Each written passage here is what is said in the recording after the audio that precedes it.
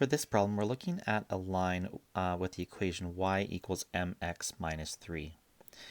So remember that m in that equation represents the slope, and the constant negative 3 there represents the y-intercept.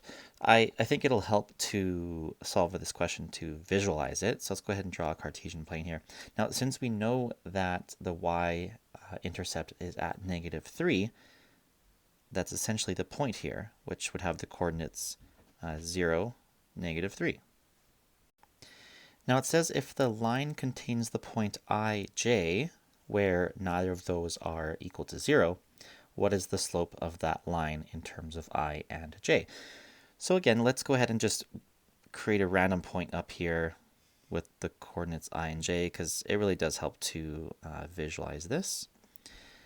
So remember, the slope of a line is the change in y over the change in x. In other words, it could be y2 minus y1 over x2 minus x1. What is y2? That is the y-coordinate of the second point, which in this case is j. And then we're going to subtract y1, which is the y-coordinate of the first point, which is negative 3.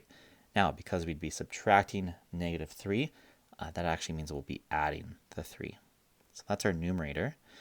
And then our denominator, we've got x2. That represents the x-coordinate of the second point, which is I. And then we're going to subtract x1, the x-coordinate of the first point, which is 0. And because it's just subtracting 0, we can ignore it. So really, the slope formula would be j plus 3 over I. And we can see that matches option A. All right, that's all for this video. Thanks for visiting JD's Prep.